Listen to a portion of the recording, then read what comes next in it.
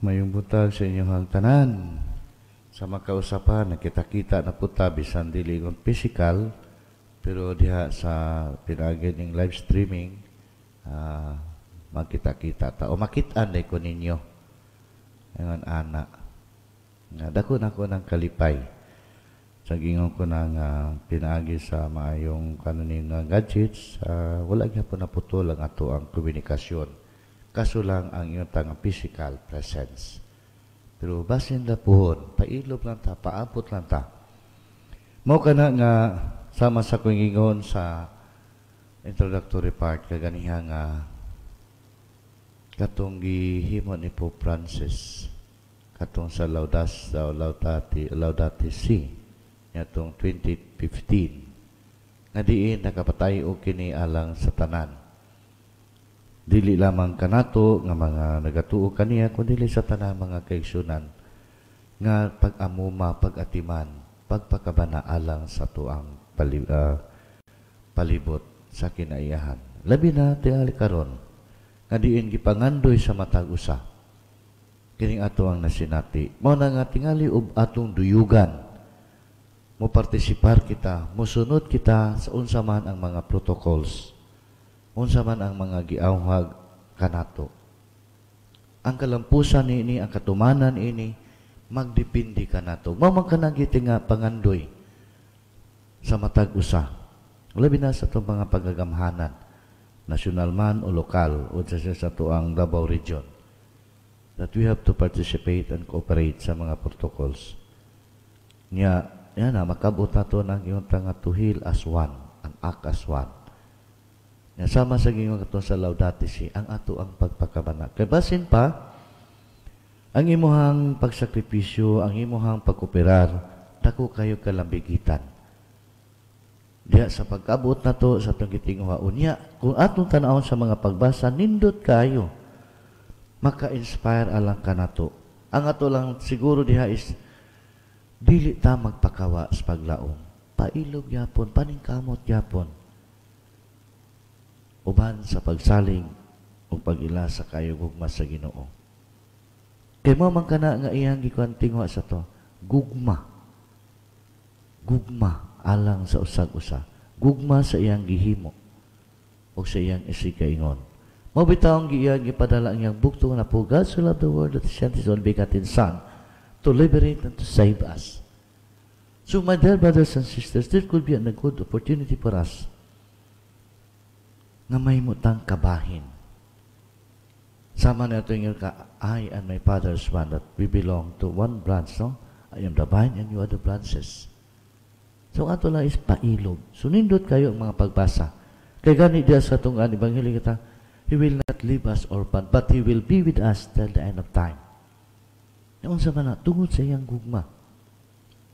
Alang ka na to.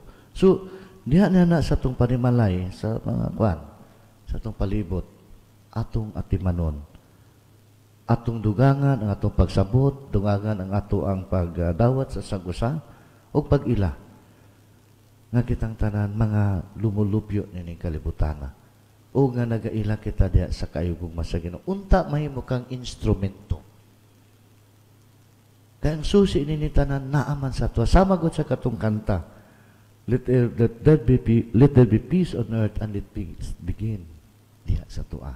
So ang pagkabot nato nining ato ang pag-atubang nining mga kamatuoran karon naapod nasa tua. Ang ato mga nasyonal nga nagdepende mabitang kanunay dunay mga panawagan.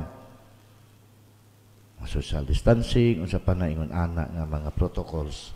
Ug mausab ka na sa tong simbahan nga mahimo natong kabahin ta, katambayayong diha sa mong pagkabot. Unta daghan ta o kini atong mga nasinati karon, we have a lot of lesson learned nga mahimo niini. Ya di nato ni makalimtan o di nato ni kalimtan. Labi na diha sa pag-ila sa kaigugma sa Ginoo. Tungod kay He is true to His word. He will not leave us orphan. Nya unsa man ang challenge niya? Gugma. Nya diha na nais gugma, magpadala siya og laing manglalaban, the Espiritu, the advocate. Mao nang ato pong tinghaon nga na, come Holy Spirit and renew the peace of the earth. So sa ulugon nato na siguro ang kanang Pentecostes o kanang karong umaabot nga May 31. Domingo ba na siya? May 31, no? Oh. Pentecostes. Ang pagbadala. So ang gugma sa kanunay. So diha sa inyo, kamo nga mga amigo na kong amiga nga mga bata, hoy, higugmaan na inyong mamagpapa. Tahura na paminaw mo sa inyong mamagpapa o sa inyong mga ate. Pag tinabangay mo, try to make this an opportunity nga, i-treasure nyo ang inyong banding. Ang presensya sa matag usa. Ang presensya sa matag usa. Kakitang tanan, lumalabay lang ini. Gani itagaan kay kayunan nga magkabanding ta. Magkabalik, magkakuyog mo. Kabalo ko uban usahay, puol. Kay mga duwa na kapikat, bulan. Pero, i-treasure sa ayaw na imang na kapoy na kaayo, na labi na, nagsugod na bang general sa to? GCQ na, no? O, anak, manggawas mo. Painumdom sa kanunay sa to ang mga nasyonal o sa lokal, binasa to sa Davao Region, sa to ang mayor nga, ang social distancing, protocols, kaya di nakapakuan nga madugangan pa. So, ang susi na asimuha, ubani sa gugma, ubani usab diya sa panalangin o pag-ila sa kaya gugma sa Ginoo. Kaya He assured us that He will not leave us orphan. Mao ka na gani, nga gingaw na ko niya itong mga pipila na ka mga Domingo, nga diya sa ito ang mga lokal nga pangagamhanan, nasyonal o lokal, naningkamot sila, unsaon, unsay, nga sa itong kabayan is, ang ato po diri is, ang pag-ampo. Magkayusa ta. May mutang prayer warrior. Sumo ka na nga ako ang sa kanunay painumdom sa mga Marian devotees. Apil na dia ang DMI, apil na dia ang CWL, apil na dia ang ubang pa mga organisasyon, Legion of Mary, uban pa, nga kitang tanan, may mong katambayayong, aron sa pagkabot, nga itong gitinguha.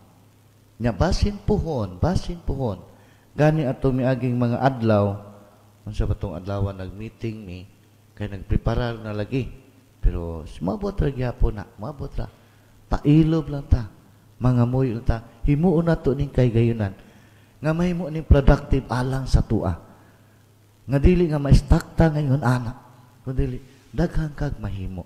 Ya, labi na ay ang presensya sa matag usa. Sumo ka na ako mga amigong amiga, hoy, tabangi pa na inyong mamagpapa, anak, sa mga buluhaton sa balay, ingon ani, ingon anak, nga malipayon, nga kay mo anang kay gayunan. Kaya labi na karon, hapit na po siguro magsugod ang klase, na maproblema na po na. Nga labi na kaya, online man ano, di, malagi na, kaya di ikaw kabalo. Anak, illiterate ko na, swerte mo, kay kabalo mo anak. Pero, ayaw mong sigig dula, magsugod na mo rin practice. Unsaon na siya, maminaw mo.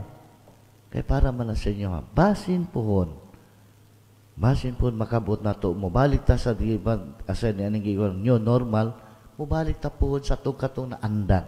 Pero, we have a lot of lessons learned. Na may mo na. Mo na nga, diha na nining atong pagsaulog sa kaunong nga Domingo, sa Pasko sa pagkawana, unta may mong makadasig pa kanato.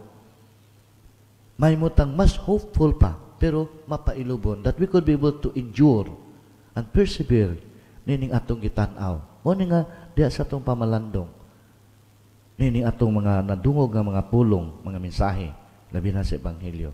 He assured us, and He will not leave us orphaned. Mao lamang nga ang gugma. Mao na nga, diha na mahimo tatang kabahin, katambayayong.